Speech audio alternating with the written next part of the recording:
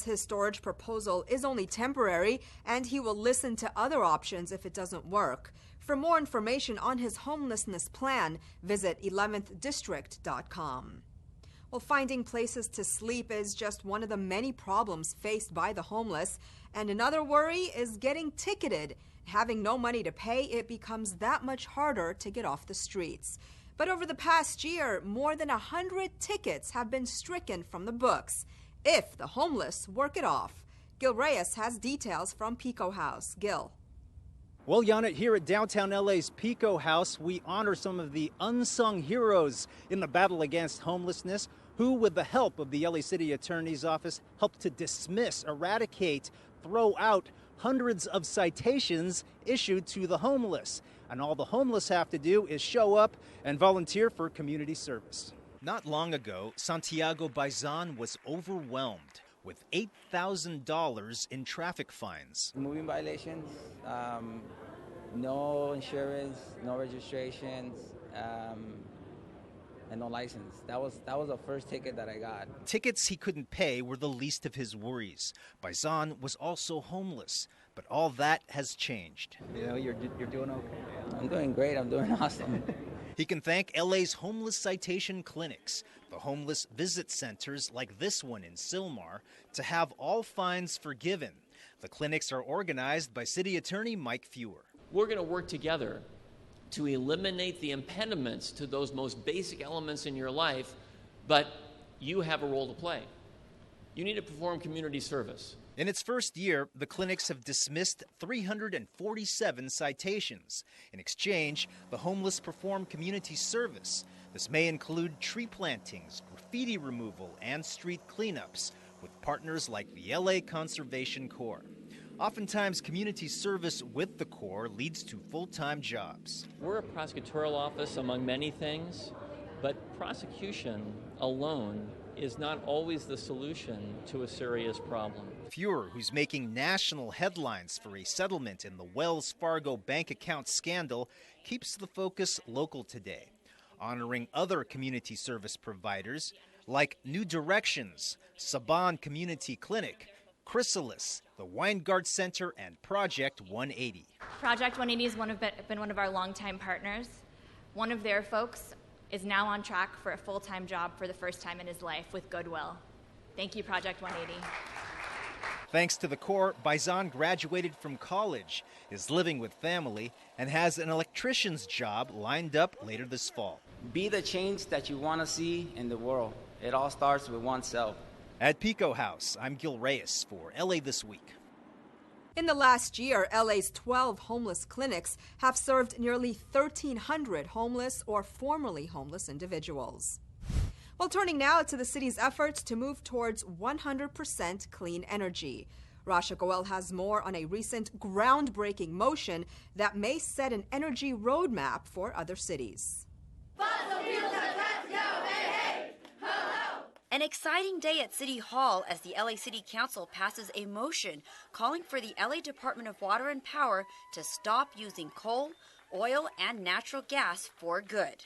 The hard work is figuring out how do we get there. How do we get there in a way that continues to create reliability of our electricity source? How do we get there in a way that's not going to be unduly burdensome on the poorest and most vulnerable and working class families throughout Los Angeles? How do we get there in a way that achieves our environmental goals? Through the legislation led by council members Mike Bonin and Paul Krikorian, the LADWP will form a research team with energy experts, local universities, and other stakeholders to identify the best way to transform from fossil fuels.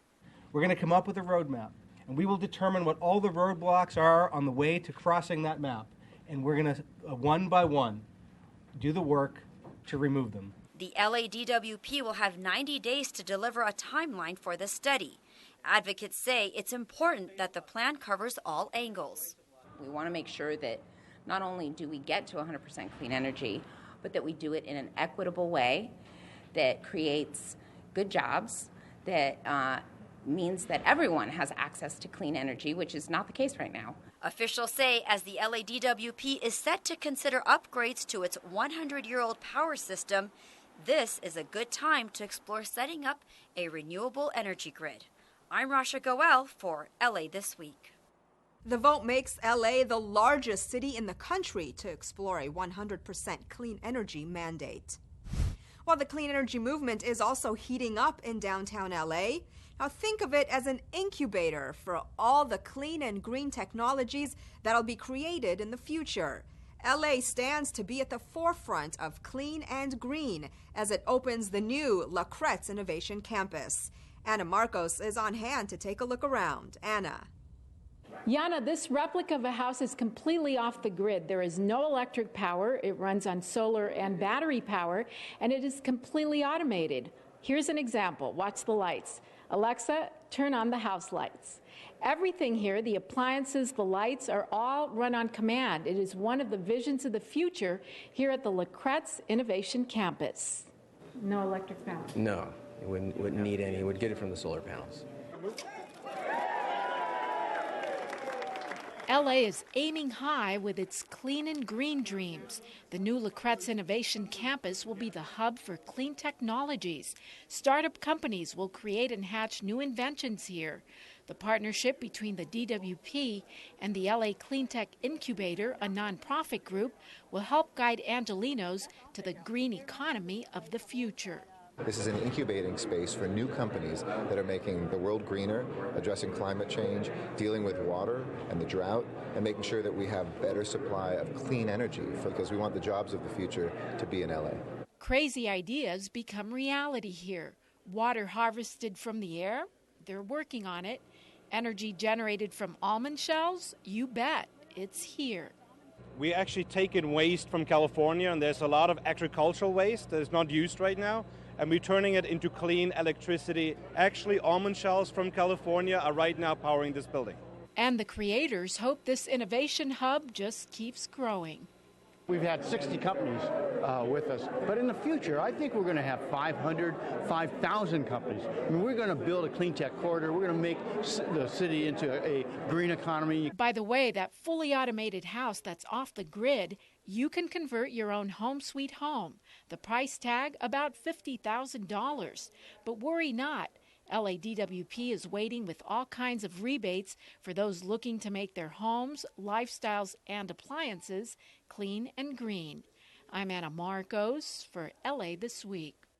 For more information on LADWP rebates, visit ladwp.com. As we all know, getting into college isn't easy. It's especially hard for kids in LA's poorest neighborhoods. So how do you get them into college? Well, you put college-bound programs near them. A new program called College Corners is now popping up at family resource centers all over LA. Anna Marcos has more.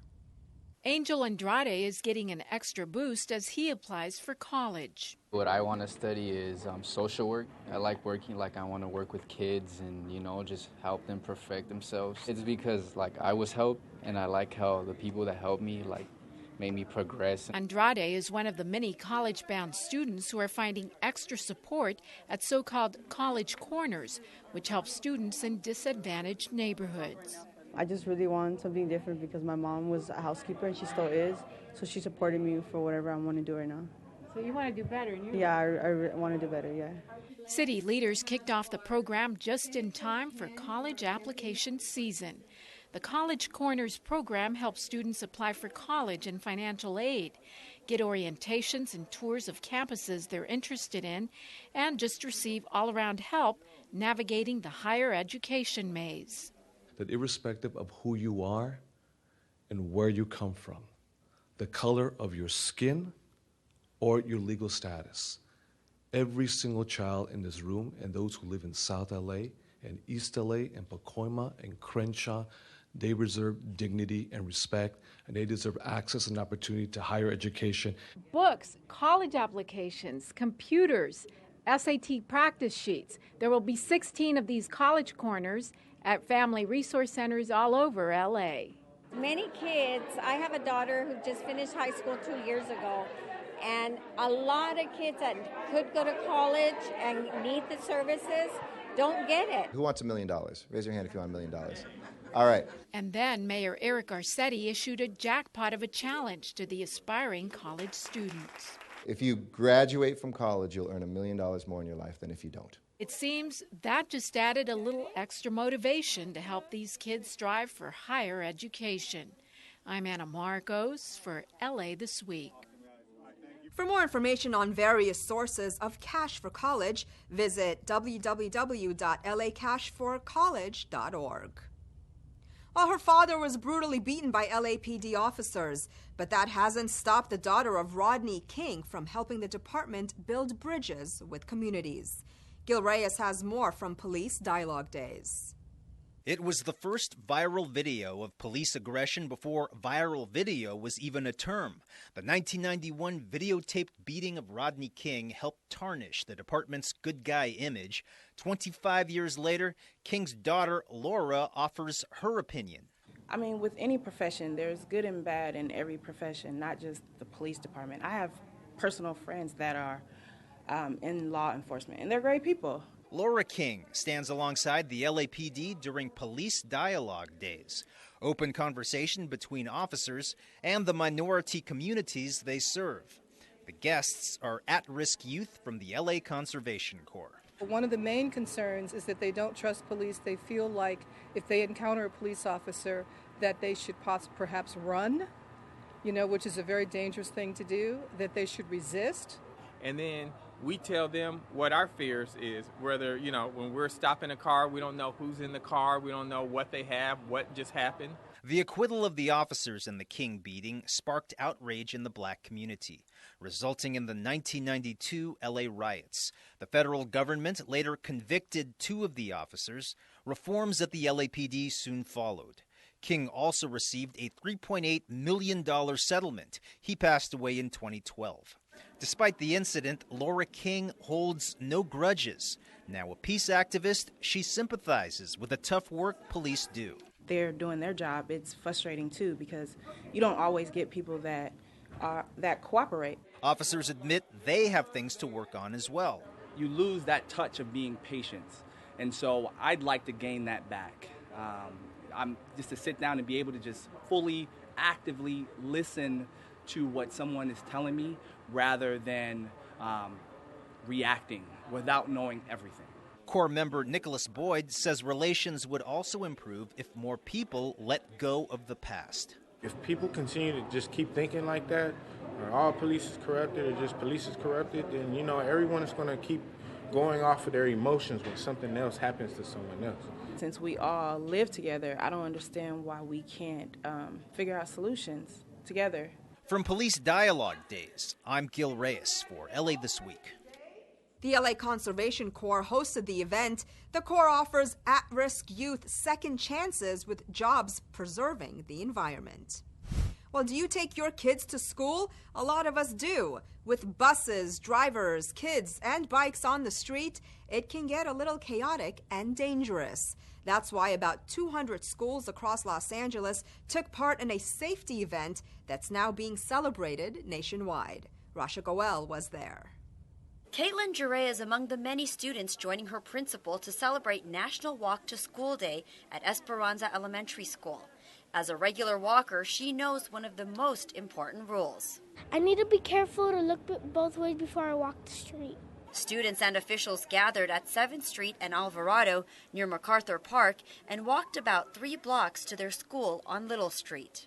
It's really something to just, as you're walking to school, to look behind you and just see hundreds and hundreds of families, a lot of them holding up posters saying, we want safe streets for our students. What a powerful message.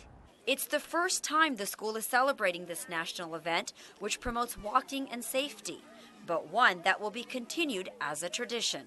And of course, when walking to school, safety is a priority. Officials say while students should be aware of the rules, adults should also do their part as well.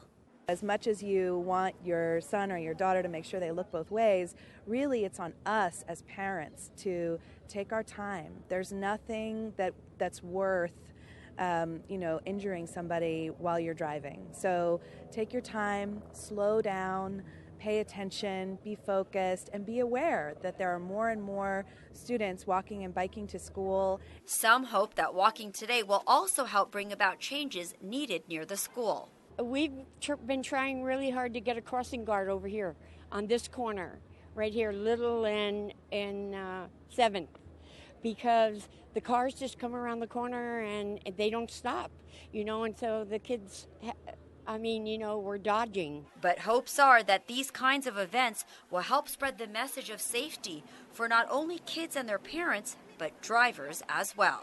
In Los Angeles, I'm Rasha Goel for LA This Week. This year marks the 20th anniversary of National Walk to School Day, which first started in Chicago. A month-long campaign promotes low-cost health services in Council District 1. A South LA community event raises awareness about the power of the vote, and exercising your furry best friend just got a lot easier thanks to a new addition to an off-leash dog park. All these stories in City Beat. Councilmember Gil Cedillo partnered with the Council General of Mexico in Los Angeles, more than 100 community health organizations, and the Los Angeles County Department of Public Health to launch Health Month 2016, taking place during October. The goal is to bring awareness about free or low-cost health services to the Latino community in Los Angeles. We must all fight to make sure that we are healthy, because disease knows no borders nor boundaries. Community Coalition recently hosted its 5th annual PowerFest Music and Art Festival at Martin Luther King Jr. Park. A host of community service providers were on hand, letting folks know what services they offer, from health screenings to voter registration and education. Community Coalition says this event is about bringing South LA residents together to strengthen their political voices and continue to improve the local neighborhoods. To start focusing and investing in families as opposed to the problems. It's really about activating a block of voters in South Los Angeles so that issues that are impacting poor and working communities throughout California and throughout this nation will actually be lifted and become more visible. Good news for dog owners. New dog agility courses at the Sepulveda Basin Recreation Area are now open. The Department of Recreation and Parks recently unveiled the new addition to this dog park. Officials say the agility course will help provide unique training opportunities for pets and their owners at the largest off-leash dog park in Los Angeles. Boo at the LA Zoo serves up some spooky fun for the entire family.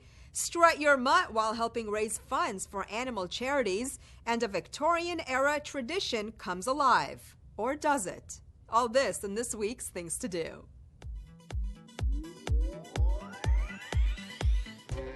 It's that time again for ghosts, goblins, and everything spooky. The all-new Boo at the LA Zoo offers Halloween fun throughout October. Visitors wandering through the spooky surroundings can expect to unearth shocking facts about animals' superpowers, such as heightened senses that help them survive in their environments. Get frightened with a graveyard safari hay bale maze stocked with tombstones and silhouette cutouts of skunks, possums, raccoons, and other creatures that inhabit backyards in the dead of the night. There's also a boneyard education station, animal skeletons, and skulls. The festivities go on until October 31st. For more, visit lazoo.org.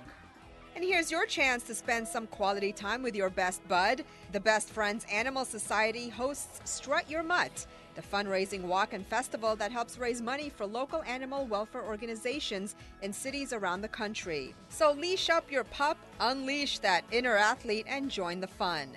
Runners will start ahead of walkers, and after the race, awards will be given to the first place male and female finishers, as well as their pups. The event takes place on Saturday, October 22nd at Exposition Park, located at 700 Exposition Park Drive. Visit strutyourmutt.org. History buffs step back in time for the 13th annual Halloween and Mourning Tour at the Heritage Square Museum. Learn all about death and mourning etiquette during the Victorian era, the movement of spiritualism, and how other cultures celebrate and remember their loved ones. From authentic Victorian attire to fortune-telling, this morbid affair is not to be missed. It all takes place on Saturday, October 22nd and Sunday, October 23rd at the Heritage Square Museum located at 3800 Homer Street. The event on Sunday is geared more for families and kids, where they can play games, do crafts, and listen to stories. For more, visit heritagesquare.org. And that's a look at some things to do. Well, that's going to do it for this edition. I'm Yana Kay, and from all of us here at LA This Week, thanks for joining us. A reminder that you can catch us online at lacityview.org. You can also follow and like us on Facebook. We'll see you back here next week for more of LA This Week.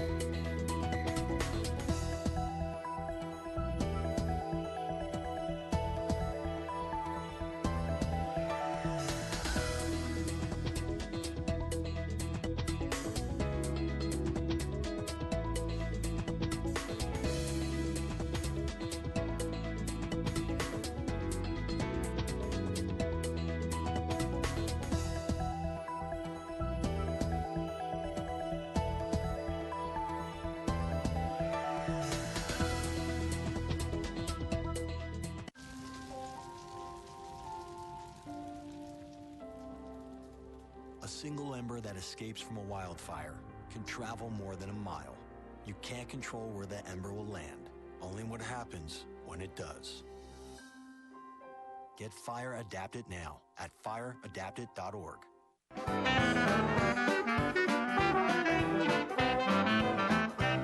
Hi, I'm Kevin from Chatsworth, offering you a taste of New Orleans since 1986. You're watching LA City View, Channel 35. Our city, our channel.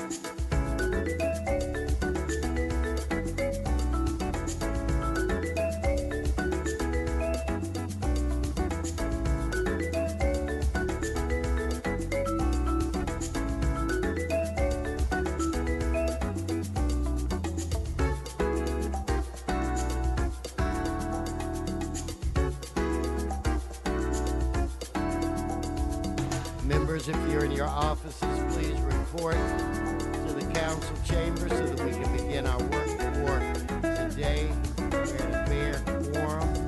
I want to thank Mr. Harris Dawson, Weezar Koretz, Ms.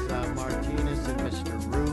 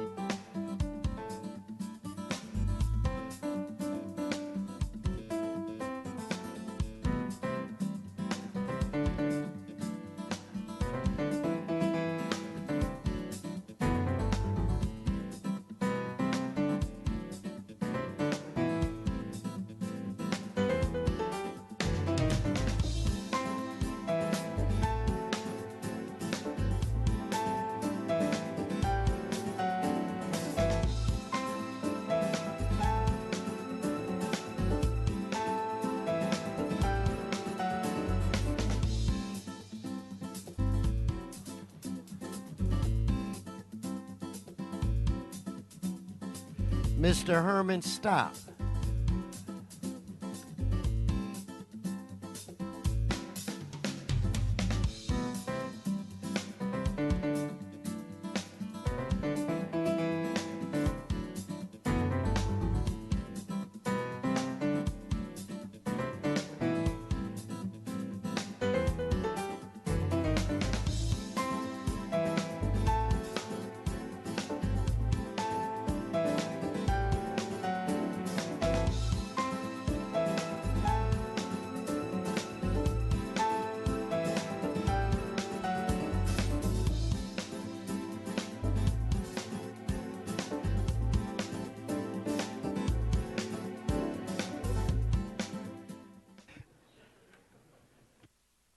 Good morning, good morning.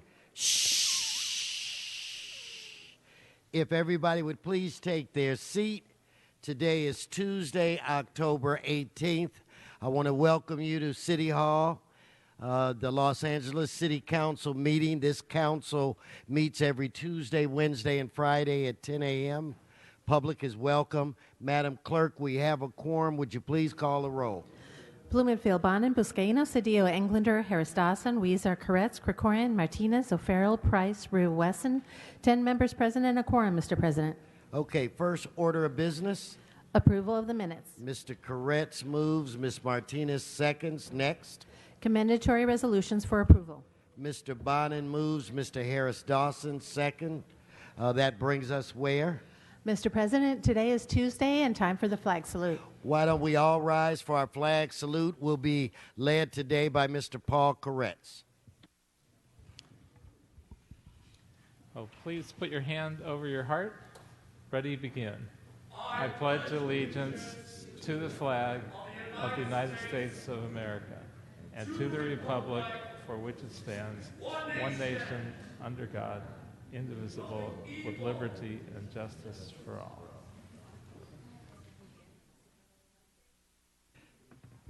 Mr. Herman, in all of my years no one has ever disrupted the Pledge of Allegiance. You disrupt this meeting one more time, then I will have you removed from this chambers.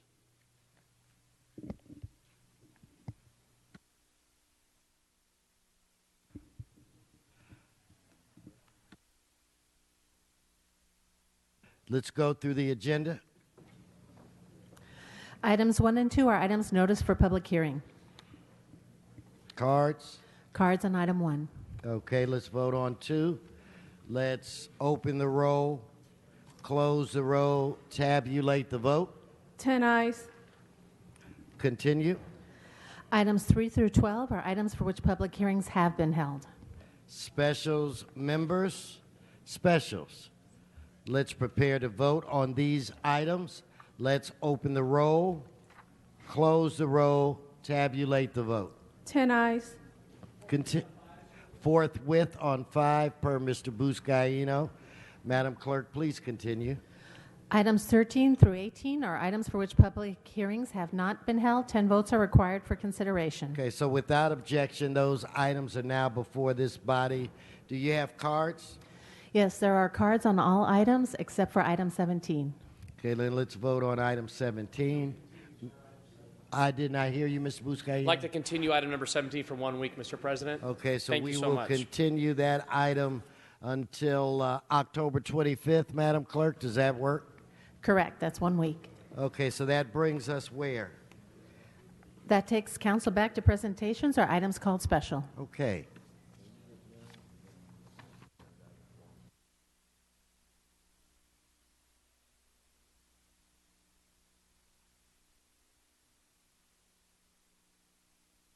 Okay, what I'm going to do, I'm going to call Mr. Sachs forward. Mr. Sachs, you have 3 minutes on the agenda items, 1 minute for public comment. Come forward. You have items 13, 14, 15, 16, and 18. We'll start with those. Hey, sergeants, can you move that chair right so I can see the timer? Please.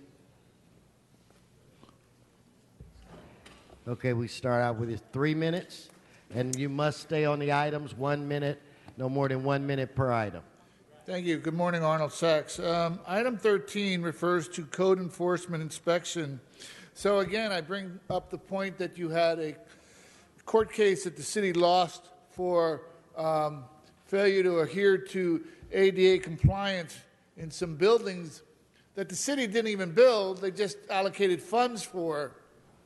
So I'm wondering when the city council will look into the inspection process that would have been involved that allowed the companies and the nonprofits to build those buildings without the required compliance with ADA, and it cost the city $200 million in a lawsuit.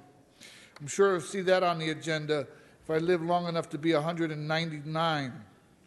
Item 15 refers to redevelopment in, I think, Mr. Cedillo's district. And it's fascinating, redevelopment, when you listen to all that. You would hope that it would be a citywide redevelopment district and not individual council districts. And I'm thinking of the redevelopment that happened with the property over by Staples Center, and the deal that was worked out with AEG that they were going to build the stadium, and in return they would receive property as part of the stadium deal. It was remember that, city attorney? It was a non-binding MOU. And so the property that they got is turning out to be 2 hotels where the parking lot used to sit right across the street from Staples Center. Imagine that, a CRA property going up to bid for somebody to buy. Instead, the city just gave it away. AEG got property, didn't build the stadium, didn't do anything with the Blue Line that they were going to create a new station there, just nothing. Got the property, though. And item 18 refers to Quimby fees and development that's going to come up in the future. And Quimby fees are important because they relate to parks development in the community. And so you might have heard of the countywide parks proposition that they're pushing to get so the county gets more money. It's going to take the place of 2 countywide propositions that have already been in place that are now expiring. One was in 1992 and one was in 1996. And together, both those propositions amounted to about $80 per parcel throughout the county. The city of Los Angeles has over 1 million parcels. Means they get $80 million a year. Ever wonder where $80 million a year goes for parks? This story in the newspaper was about MacArthur Park and redevelopment there. $80 million a year and not a penny for the city. Don't vote for the county parks proposition. Okay, Mr. Sachs, here's your public comment if you want it. Yes, I do want it. Thank you. Public comment. You ought to really pay attention. This county also wants, and the city wants, and the mayor Spaghetti wants, the new measure for Metro sales tax. Measure R, which they pushed through Mayor Villaraigosa, was going to raise $1.3 billion, over $1.3 billion a year, $40 billion over 30 years. They only missed by that projection by 50%. And they do all this economic studies. They have reviews of past budgets and future budgets and this budget and that budget, and they missed by more than 50%. So they've gotten much smarter. Now they're only going to miss by 25%. They're claiming $860 million, but their revenue for their last budget shows about $700 million. Where's the extra money coming from? Thank you, Mr. Sachs. Thank you. Okay, now we can vote on items, Madam Clerk, 14, 15, and 16. So if you'd please open the roll, close the roll, tabulate the vote. 10 ayes.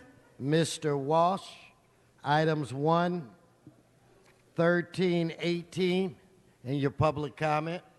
Please come forward.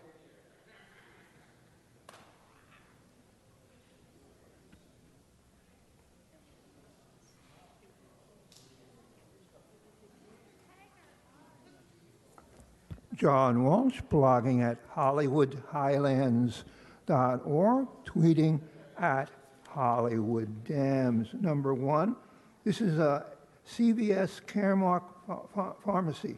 You are going to vote to add another place to buy alcohol. We are the drunk driving capital of the world, and scumbags like Mr. Rue keep voting. He didn't tell us he was going to vote for everyone alcohol license. I'm telling you, and I want to say everybody here, when your kid walks the street, almost every hit-and-run driver is drunk. Almost everyone. And why are you adding another Caremark pharmacy? For public convenience and necessity. So these alcoholics don't have to walk another 10 feet. I'm telling you, this city, stay away Olympics. This city is out of control when it comes to public convenience or necessity. You have actually turned down 1 license in the last 15 years. The alcohol, remember, alcohol is poison. It is poison. And once they kill somebody, they step on the accelerator, and the police are too busy beating up black people like in the street to innocent Stay on black the subject. people. And so you vote for number 1, vote against it. Number 13, this is where you do a good job. Remember, I'm not one of those guys that can't help say you're all a bunch of crooks, I'm a white guy. When you do a good job, and you've done a good job on rent, and I've been renting here since 1976, and never had one problem with the city. And I think the LA, the city, the streets are falling apart. Everything is in chaos in the city, and the mayor is AWOL most of the time. This is the Westlake Theater Project. We don't need the Westlake Theater Project. And look at these final maps. I just want everyone to know they are moving west of La Brea to take over the Jewish neighborhoods. They've taken over the black neighborhoods and the Hispanic neighborhoods, and the Jews are next. My grandfather came from Hungary. He was a Jew. That makes me, now, these final maps mean when you notice that they're building a high-rise, they started a high-rise across the street, that's because they changed this. That's why you have to vote for the, on the agenda, March, to prevent this from happening ever again. We will freeze so that, okay. Okay, there's a minute for public comment. 1 minute? Okay. Measure M. Measure M, the forever tax. It is forever. Now, yesterday, they killed somebody. The Expo line killed somebody. But because he was a minority, everybody is saying he committed suicide. He didn't commit suicide. He was run over by the Expo line. If it had been a white middle-class person, they wouldn't say he was suicide. There was no suicide note. I'm telling you, the rail is not, it is absolutely wrong. Billions and billions of dollars, and when you check, it actually is the freeway expansion. They don't say that. They say it's rail. Check the Measure M. Freeway expansion is what it is.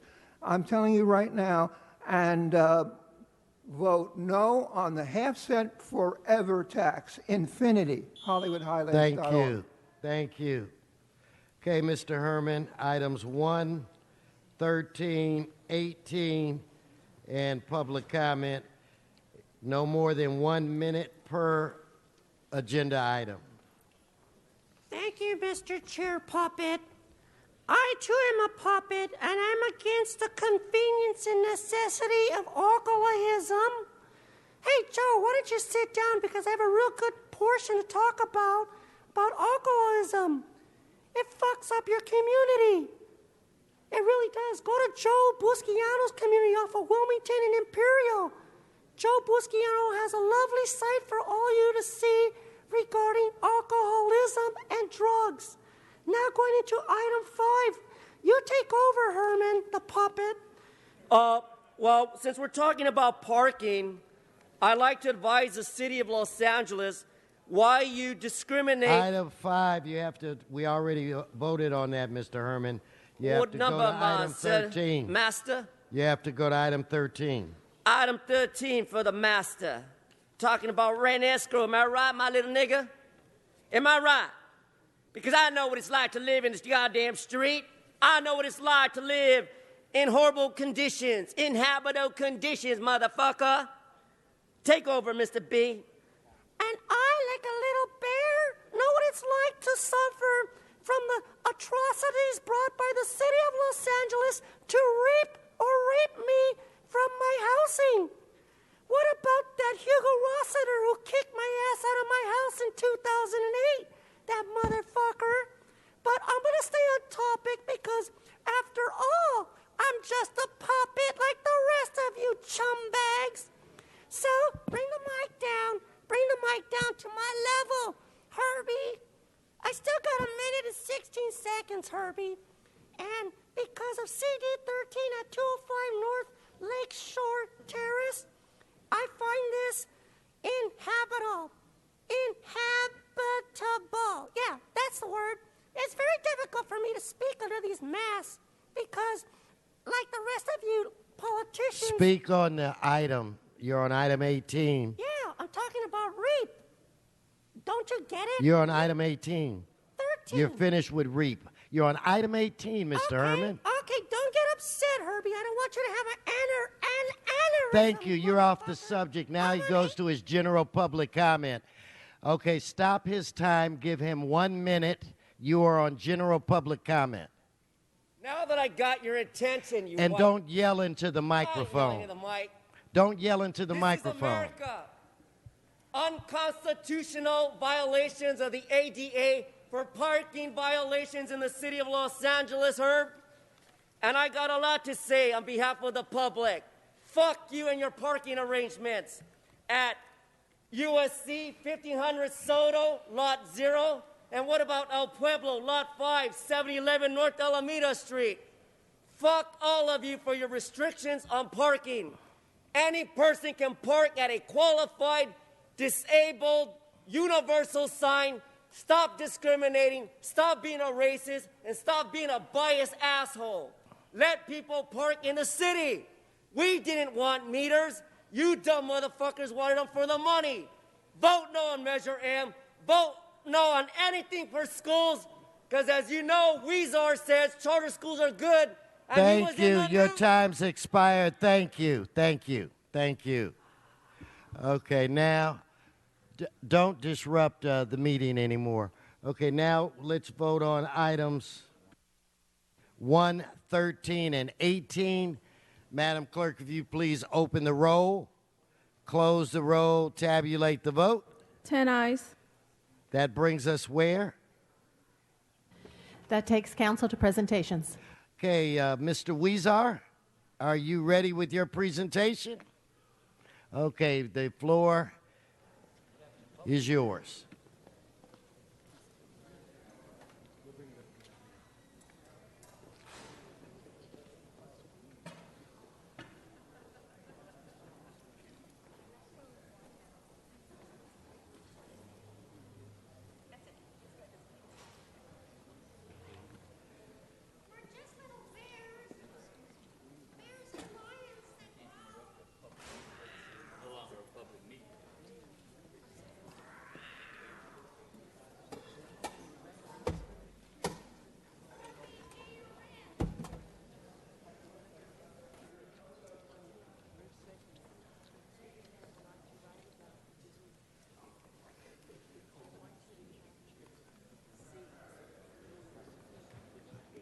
Okay, Ms. Martinez. Ms. Martinez, can I ask you to, and then I'll go do mine.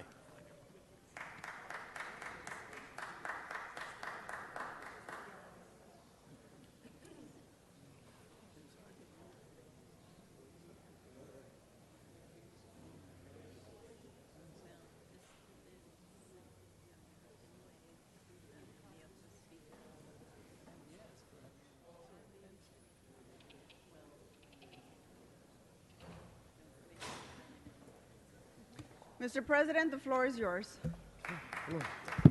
Thank you, thank you, thank you. It is a pleasure for me to present to you a couple of friends, but more than that, beginning the 22nd of this month, it's going to be the American Bar Association Pro Bono Week celebration. And it is, and you know, I want to acknowledge Mr. Krikorian, because this is also connected to the LA Law Library, and it's my understanding that you were a trustee. You know, our LA Law Library is one of the biggest law libraries in the country. It is open to all. Sure, it helps lawyers, but anyone at all that wants to learn about the law, that has a question to ask, they can go into the law library and read from an unbelievable collection of you know, legal opinions, international law, foreign, you name it, we have it. I have with me the executive director of the law library, but I just want to highlight a couple of things real quick. There's not a person in this chambers that at one time or another someone hasn't come up to you and said, do you know a lawyer, or I need some advice, can you help me out? Well, this week at Pro Bono Week, they're going to have over 40 lawyers with varying backgrounds. So anyone in the city of Los Angeles can go down to the law library and ask any question whatsoever free of charge. That's just one of the things that's going to happen this week. They're going to have citizenship seminars, and it's going to be just a phenomenal week. And I just hope that for the residents of this city, take advantage of it, please take advantage of this opportunity. Now, with me today is more than a dear friend.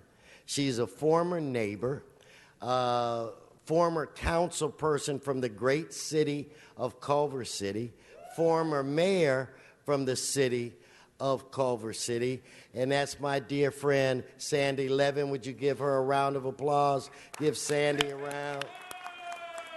She is the executive director of the Law Library, and I'm going to have her come up and really explain to you what's going on this week and the importance of this week. So with that said, oh, and just as an aside, the very first time that I was running for office, she walked precincts with me with her son in a stroller. And we walked. Culver City was part of the district that I was running for, and we won every precinct in Culver City. And that little baby is now, a sophomore in college? So anyway, he's still my lucky baby. Ladies and gentlemen, Sandy Levin. Oh, and Lee. I forgot Lee. This is Lee Saldana, my communications manager. President Wesson and honorable members of the City Council, thank you so much for the opportunity to speak today. Right here in Los Angeles, in your city, you have the largest public law library in the country, other than the Law Library of Congress. And I'm here to answer the question, who cares? Why does that matter? It matters because there is no access to justice without access to information. That's why at LA Law Library, we spend most of our time helping people who can't afford representation, giving them information. 6 days and 1 evening each week, we help the people of Los Angeles understand their rights and learn how to navigate the justice system. The certificate of recognition that you're giving us today is because Saturday marks the kickoff of our biggest week of the year, Pro Bono Week, as President Wesson said. More than 40 different legal aid and social service providers all come together at LA Law Library to provide free services to the public. Did I say it was free? There are classes. Say it again, it's free. It's all free, all week long. There are workshops and classes on housing rights, expungements, child custody, dependency court, guardianships so that people can care for children in need, conservatorships so that people can care for aging parents or adults with special needs, a citizenship assistance workshop, as President Wesson said, all day Saturday in multiple languages. And if none of those services addresses your issue, we also have a Lawyers in the Library clinic where volunteer lawyers provide free consultations to the public. Council members, I ask you, how often do you have the opportunity to tell your constituents that there's a place where they can go and walk in and get a free consultation with an attorney on any subject they want? I'm answering that question. It's every month because that's how often we offer Lawyers in the Library at LA Law Library. And these are attorneys who care. They're dedicated, responsible attorneys, many of them from big firms with busy practices who just want to help. They want to give back to their community. The world is full of legal issues, and most people don't have tens of thousands of dollars to pay an attorney. And that's why nationally we're experiencing an epidemic in the number of people who are representing themselves and struggling to obtain justice in a system that is complex and convoluted and designed for attorneys. Every day at LA Law Library, we try to put as big of a dent as we can in that problem. And you can help us. Please tell the entire city of Los Angeles that if they are confused or stressed or overwhelmed by a legal issue, there is a place where they can go to get help and to learn. Please tell them that in Los Angeles there is access to justice. Please tell them about LA Law Library. Thank you for your help. Thank you for the certificate of recognition today, and thank you for everything you do for the great city of Los Angeles. You want to tell them exactly where they can go? Yes, we've given each of you a copy of a flyer. There's plenty of information on our website, and we are happy to email you any information, press releases, or copies of flyers that you need to send out to your constituents. The information about Pro Bono Week is available at probonoweek.lalawlibrary.org. Our general website is lalawlibrary.org. And we're at 301 West 1st Street, just across the street from you, or across Grand Park. And thank you again. So members, please, put this on your Twitter, your Facebook, or however you try to communicate with your constituents. I'm sure that there are so many of them that would want to be able to take advantage of all of these opportunities. So with that said, I'd like to present this to Lee and to Sandy. And it's a resolution from the greatest city on the planet, signed by every member of this council. You get on the other side.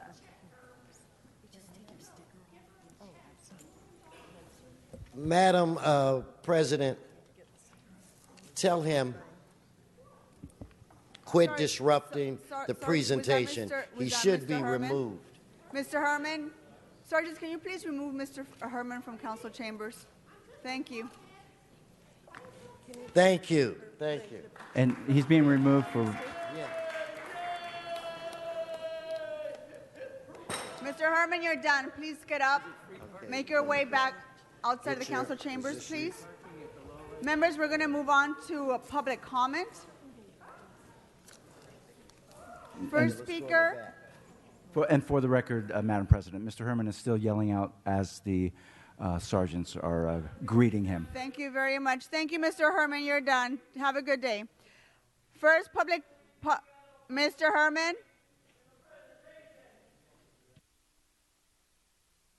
We're gonna begin public comment. The first speaker is Yvonne Autry. Mr. Herman continues to disrupt our meeting. Mr. City Attorney. Yvonne Autry, are you here? Followed by Mickey Jackson and Byron Barajas.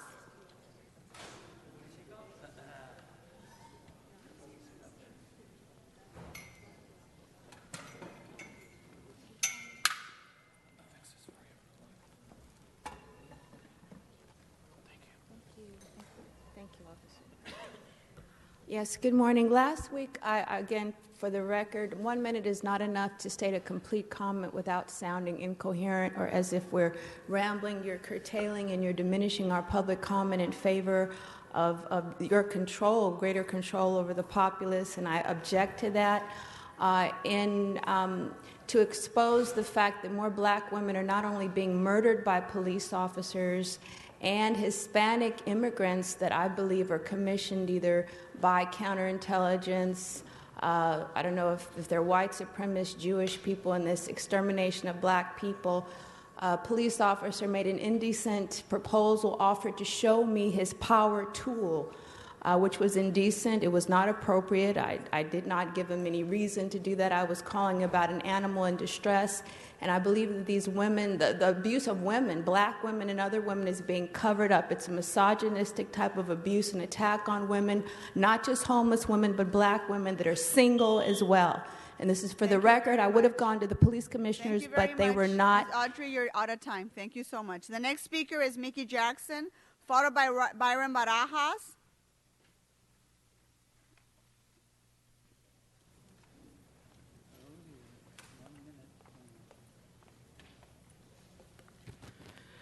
I wanted to say quickly that the river plan, which has had a hearing today, I see this trading the river as a chip to developers. I urge you not to just give it away, not to have all these general plan amendments, which of course I always mention are illegal according to the charter. We trade everything away for development in this city, everything, people. We have lost 115,000 people from the city of LA who make less than $25,000 a year, pushed out by luxury apartments, pushed out by the city allowing the destruction of 22,000 rent stabilized units since 2000. The city has a war against the poor. The poor are a chip that are traded to developers. Our transit system is largely a stalking horse for development. We have to get this under control. The next speaker is Byron Barajas, followed by Mr. Hunt. Well, I think for this election, I am going to write in Lyndon LaRouche. That's right. As an American patriot, we don't elect idiots into office. If you really want to call yourself an American citizen, I would suggest to log on to LaRouchePAC.com and read Alexander Hamilton's 4 reports on manufacturers, credit, banking, and what the hell is the difference between Jefferson and Hamilton. If this country is to survive, then we as citizens take up the power to win over this stupid empire that has been murdering our citizens for too damn long.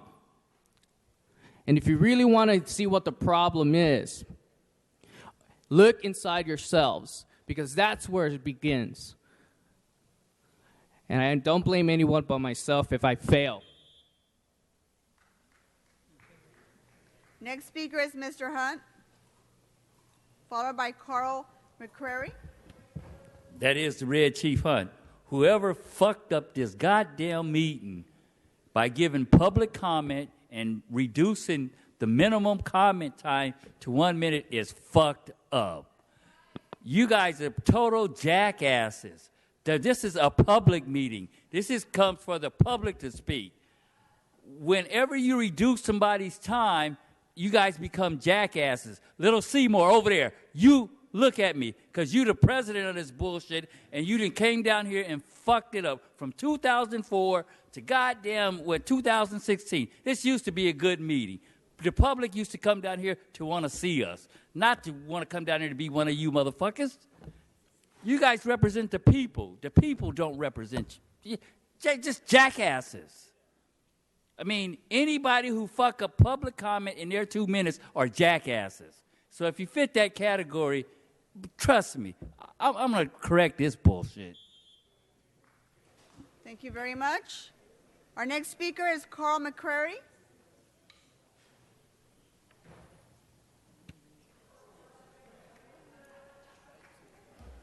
Good morning. My name is Carl McCrary. I'm a U.S. military veteran.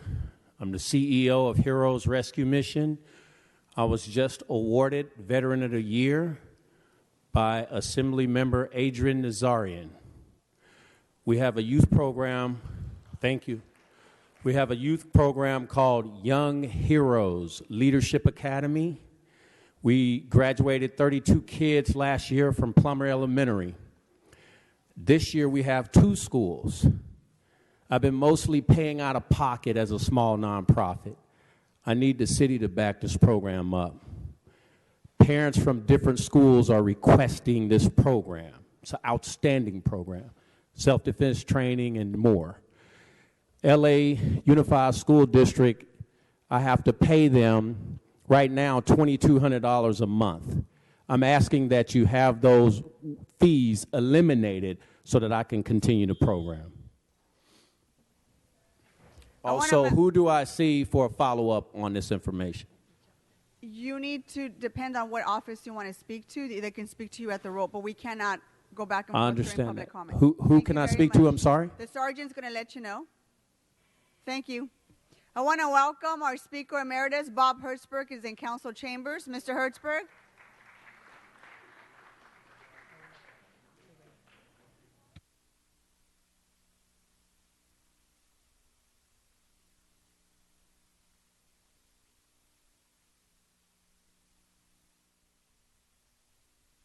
Mr. O'Farrell, the floor is yours for your presentation, sir.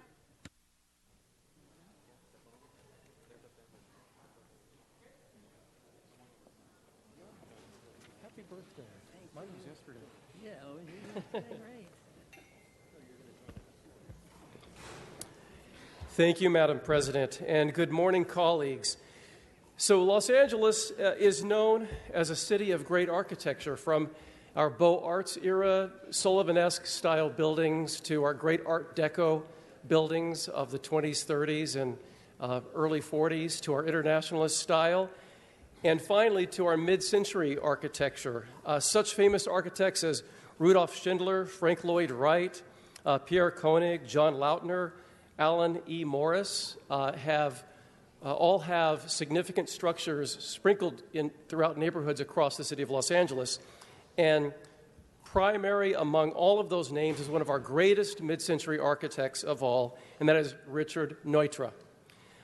Today I have with me on a very, very special presentation is Richard Neutra's son and also noted architect in his own right, and that is Mr. Dion Neutra, here with his wife, Lynn. Please give them a big round of applause.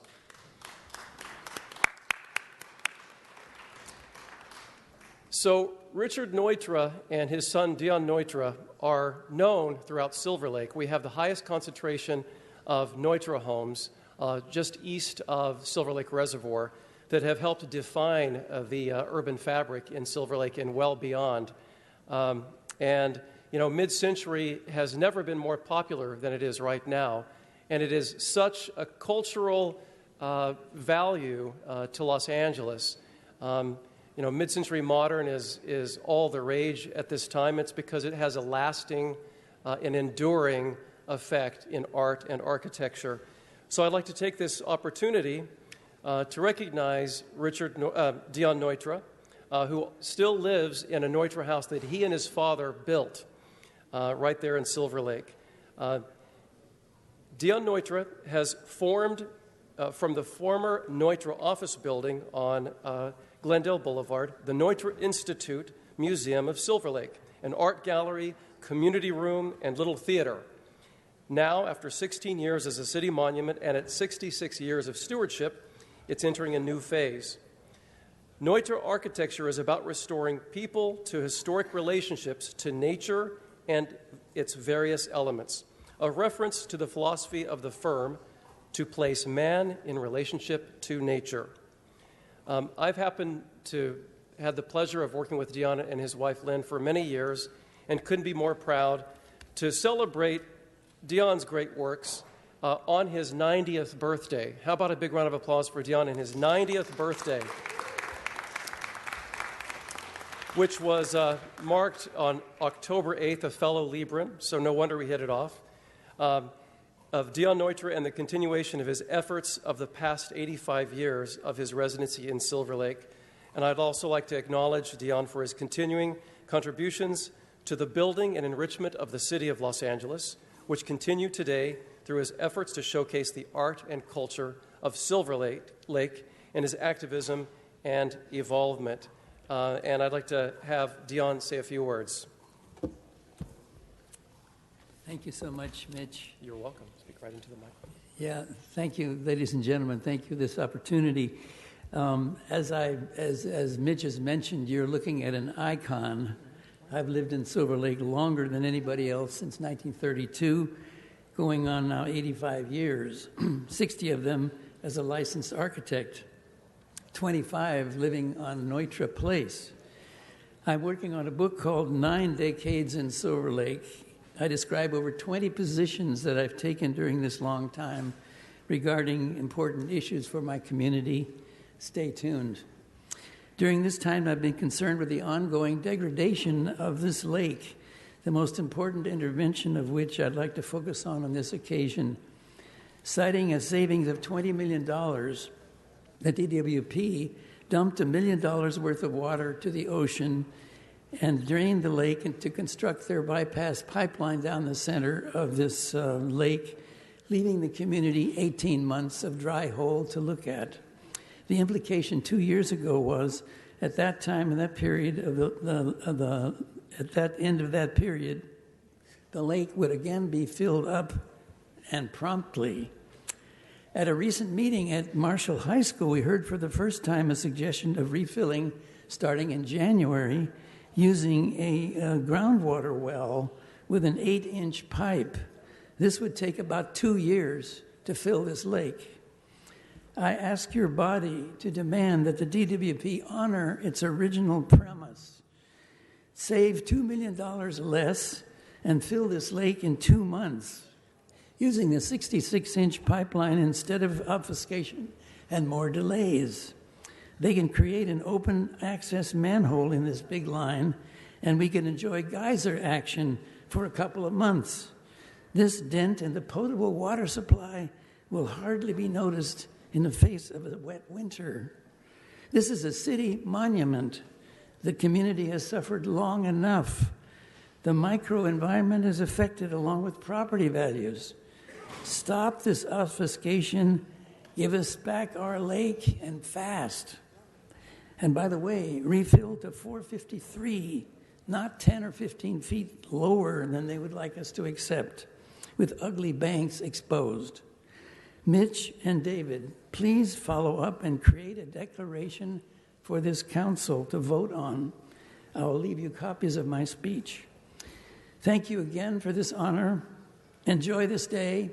Onward and upward.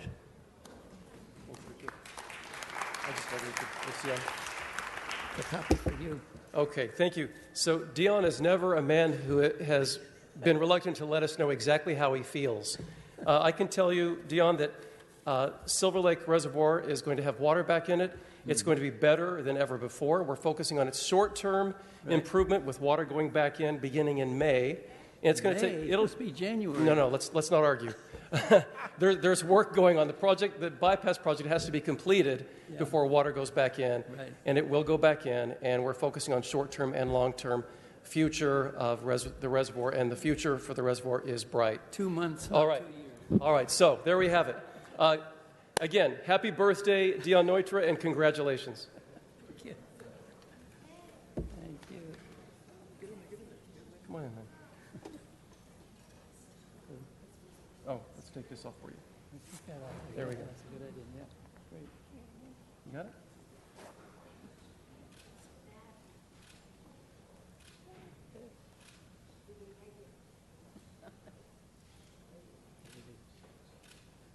All right. Yeah, good.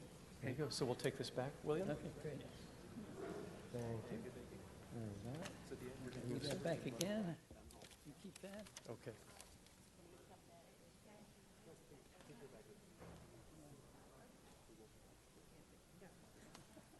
Thank you, Mr. O'Farrell. Mr. Weezer, are you ready for your presentation, sir? Are you ready for your presentation?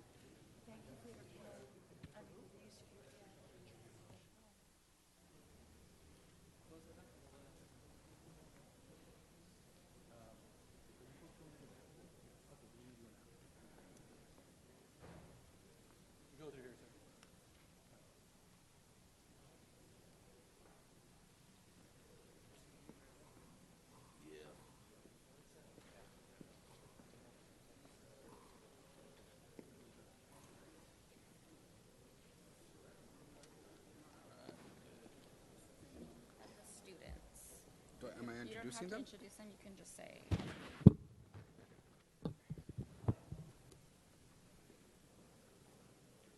Come on up. Come on up.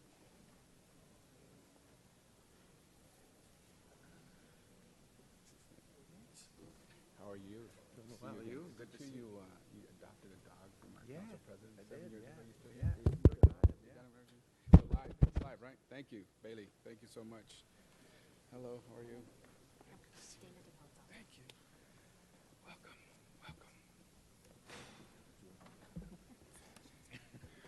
I'd like to welcome to the chambers Bailey. Welcome, Bailey.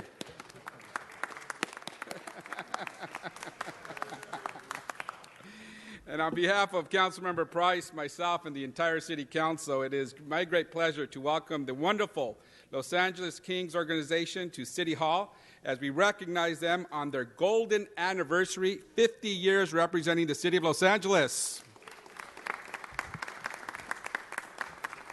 From their original owner, Jack Kent Cook, to their current owners, Phil Anschutz and Ed Roski, we have seen them grow from a struggling expansion team in 1967 to one of the elite teams in all of the National Hockey League. I want to welcome our special guests, who we will hear from in just a minute. But let's give it up for King's great, the Hall of Famer, Luc Robitaille.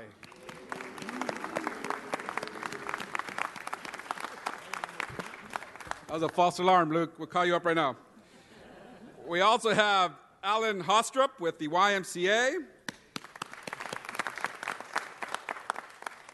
And Dana DeBell with Delta Airlines. Welcome.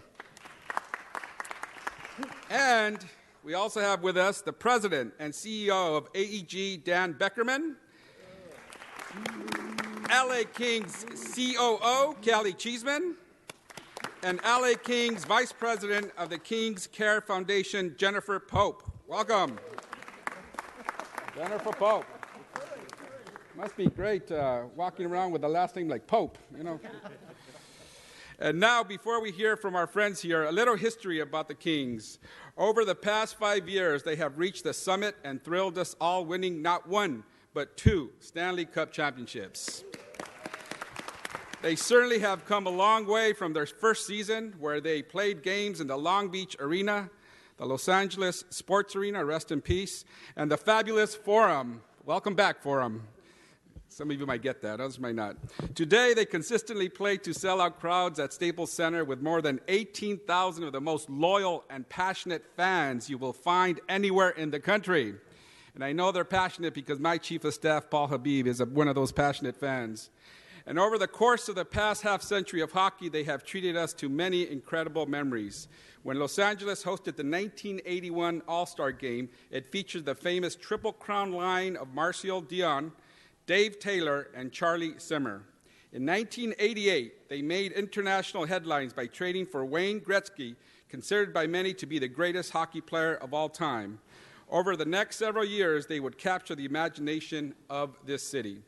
The LA Kings reached the Stanley Cup Finals for the first time in 1993, led by their captain, Wayne Gretzky, and future Hall of Famer, Luc Robitaille. And in 1994, Wayne Gretzky, appropriately named the Great One, became the greatest goal scorer in the history of the NHL. And in recent years, led by such stars as Dustin Brown, Jonathan Quick, Drew Doughty, O.J. Kopitar, the Kings continue to strive for the ultimate success, winning the Stanley Cup. We all witnessed their dominant run to capture their first ever Stanley Cup championship on June 11, 2012. They won their first 3 games of every series and became the first 8 seed to ever win the Stanley Cup. Then they followed that up with maybe the most dramatic run to see a championship ever in 2014.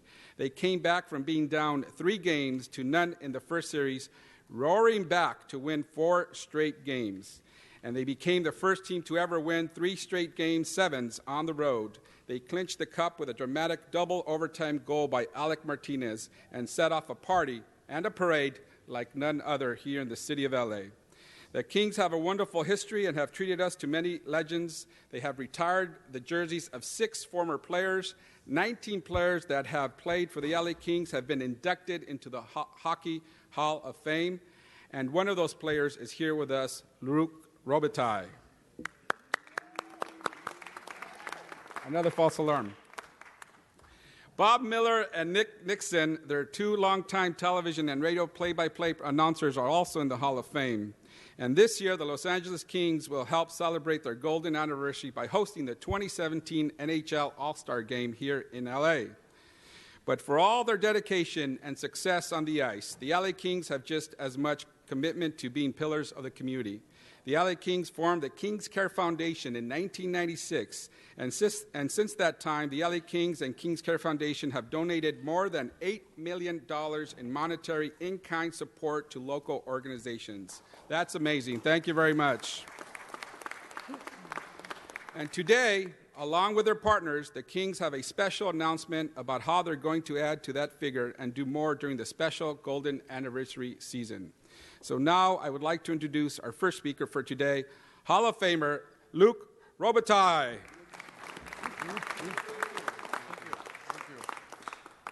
Thank you. Thank you very much. I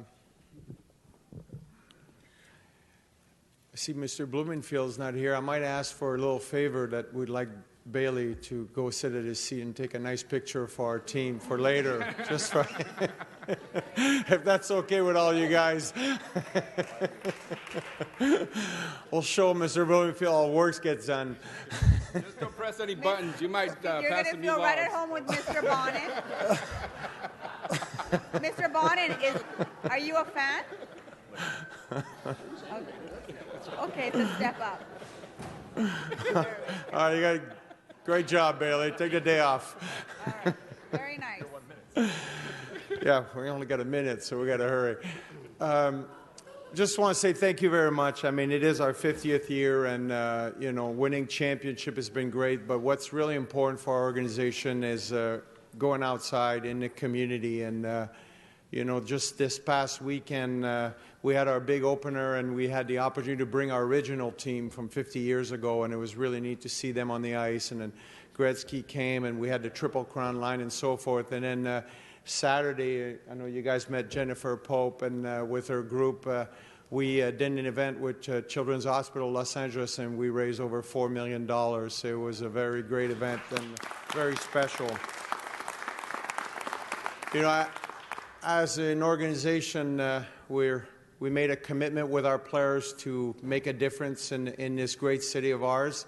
And there's a couple pillars. Our first pillar is obviously to help those in need and try to make a difference. Like we're going to announce in the next few weeks where we're building a wing at Children's Hospital in the Inland Empire.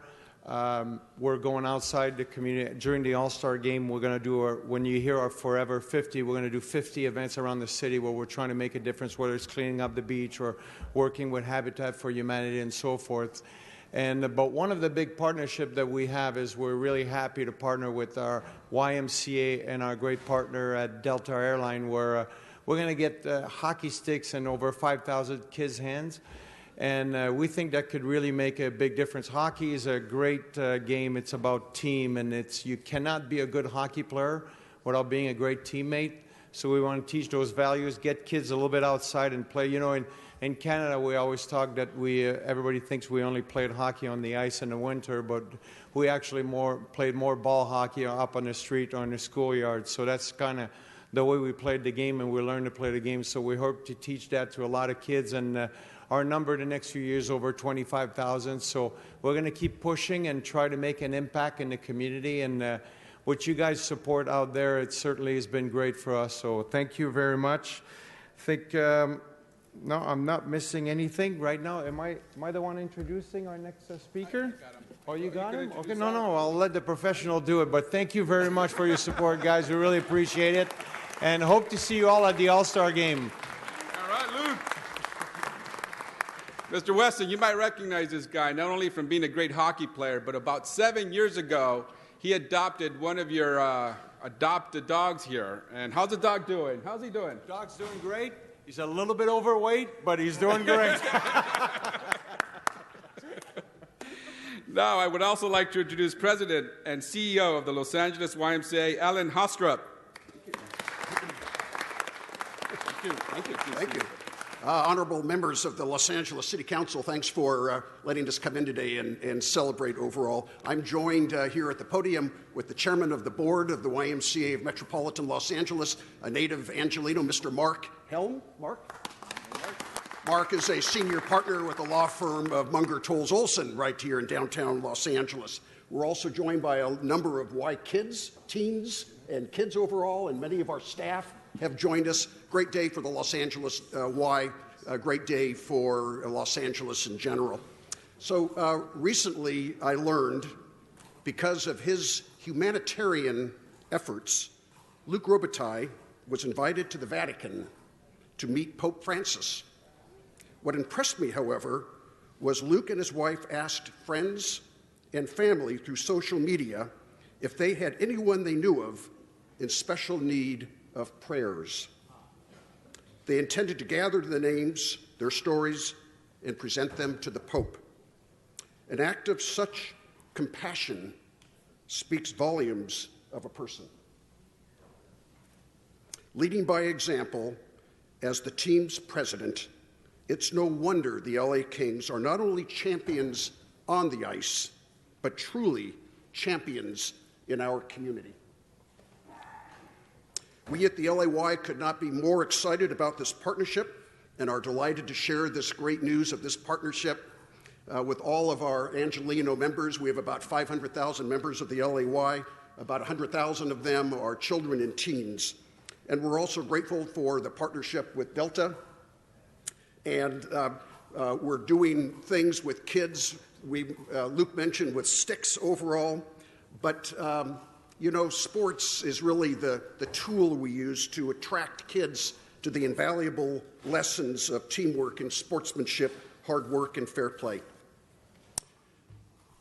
And thank you to Councilmember Jose Huizar for helping us celebrate this partnership, to our Y Kids and the branch leadership here today, and to our new partners, the LA Kings and AEG.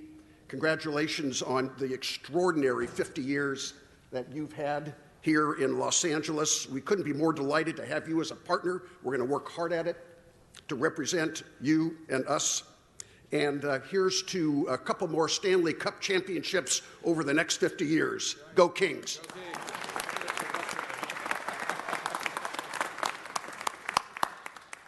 Bailey's idea for me to put this on. Good job. Thank you. Finally, I would like to introduce the Director of State and Local Government Affairs for Delta Airlines, Dana DeBell. Dana. Good morning, members of the Council. Thank you very much for having us here today. On behalf of Delta and our 3,800 Los Angeles-based employees, represented today actually by Captain Mike Levis, who is our chief pilot here in the Los Angeles airport.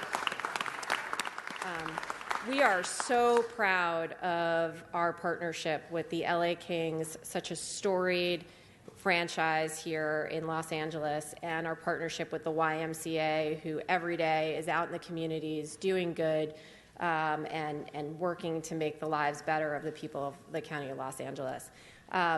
We are thrilled to be part of this project today. The $1 million that will be going to, as part of the Kings' commitment to the City of Los Angeles, as part of this organization, and we are so thrilled to have this as just one piece of what we do at the Y. In fact, in a couple days, some of our employees are going to be out at one of the local Ys doing a volunteer day, and so this is not just about one event or one thing for us, just like it isn't with the Kings, you know, and their 50 acts. This is about every day being part of the fabric of Los Angeles and working to make lives better. So we're thrilled to be here. Thank you.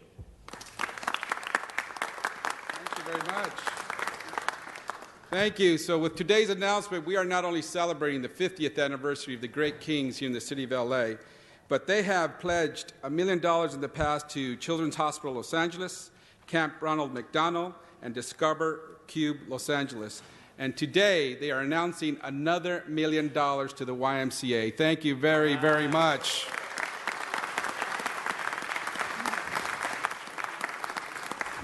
With that, they're going to be able to build rinks at every YMCA in the city of Los Angeles. And with us today are some very special people, people who this is all about and makes all of this worthwhile. I want to introduce to you Ella Morales from Councilmember Riu's district. Welcome, Ella. Diego Martinez from Council President Weston's district. Luis Pacheco from Councilmember Buscaino's district. He has a big smile. Paradise Oakley from Councilmember Harris Dawson's district. And Alfredo Santiago, which some would argue is one of the best council districts, Councilmember Huizar's district. Thank you very much. And ladies and gentlemen, Council President, can you do me the honors and come up here and help me present this, please? Mr. Huizar, before you do that, okay. I don't want to interrupt you, but we have a couple of members on the queue. Sure. Mr. Buscaino? Luis, get over here, Luis. Luis? All right, it's here for Luis Pacheco, representing 15th Council District.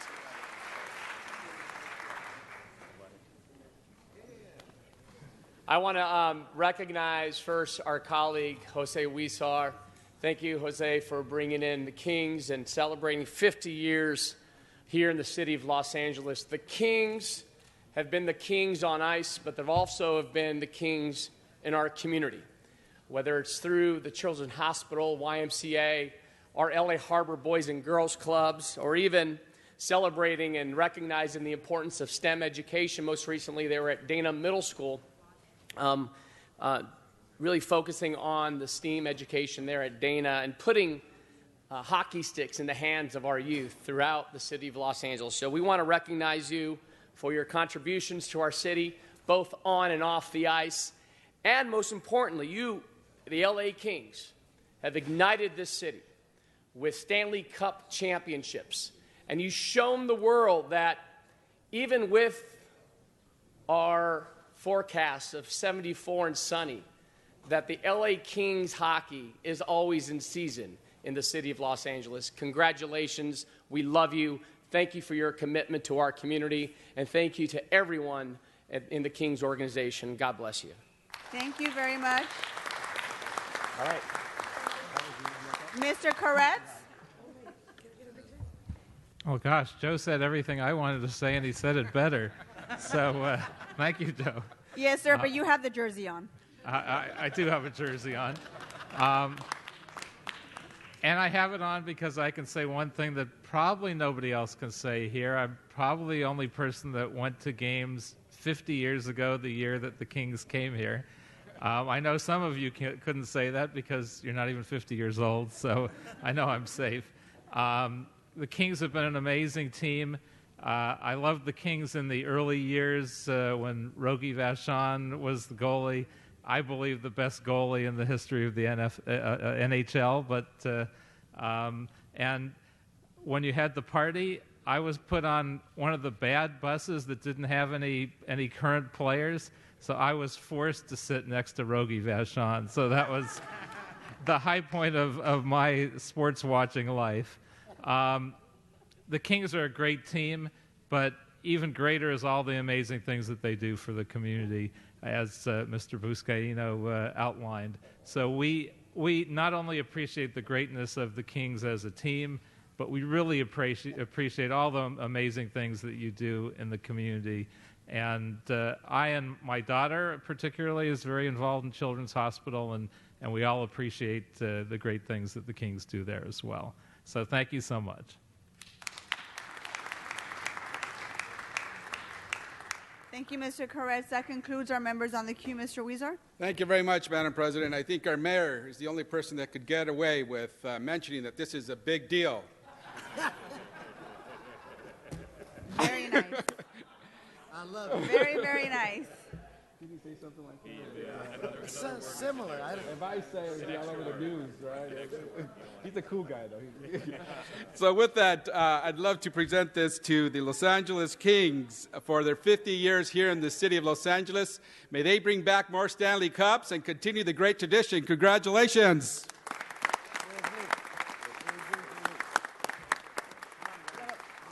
It's like the big photo op here, so you guys can come on, Bailey. Oh, okay.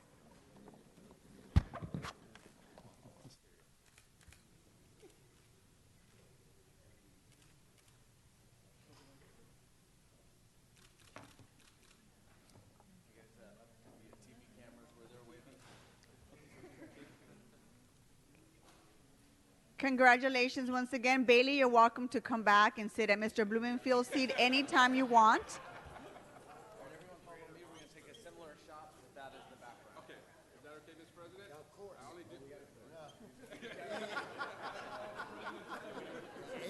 It's fine.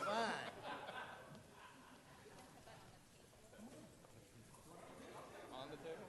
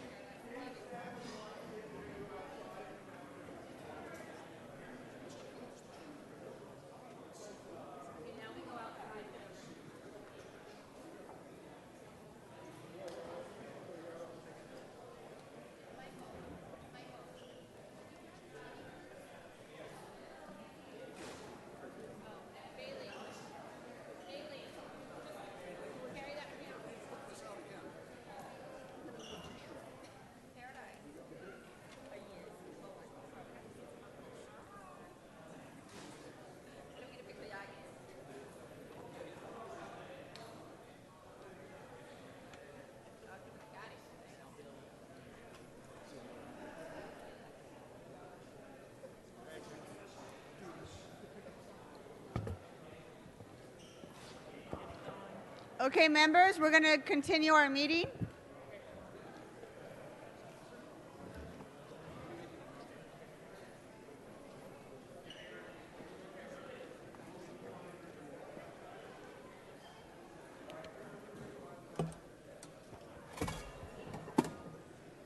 I need to make an announcement about.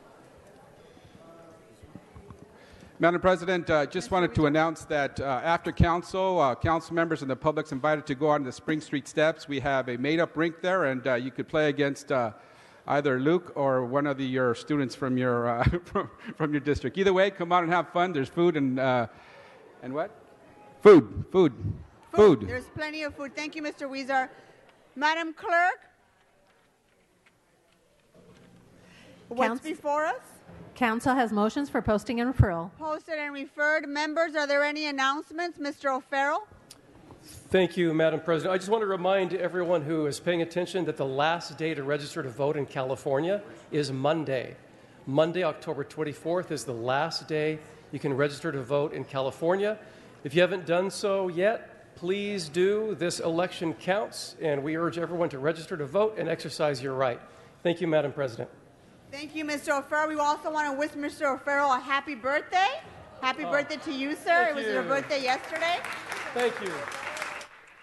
Members, are there any other announcements? Seeing none, can I please have all of us rise for adjourning motions, please?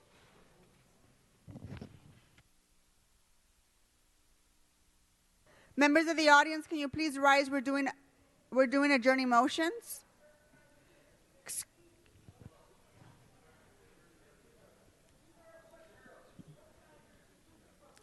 Are there any adjourning motions, Mr. Buscaino? Ma'am, we're doing adjourning motions, ma'am. We need to lower our voices. You're disrupting our meeting, ma'am.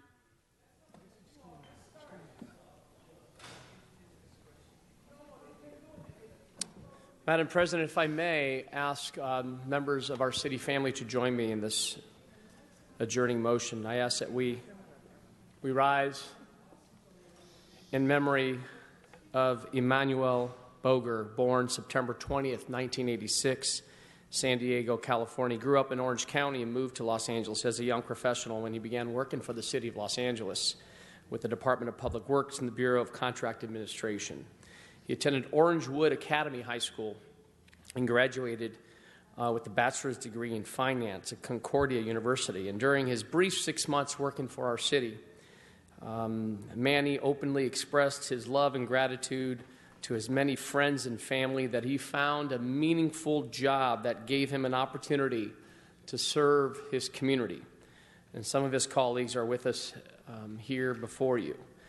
Prior to his career with the city, Manny was a professional audio and sound engineer who traveled across the country serving Christian television and media productions. He worked with a number of church media teams throughout Los Angeles County, Orange County, and the Inland Empire. He was very involved in his community. His passion for helping others and his caring nature was evident in all that he did.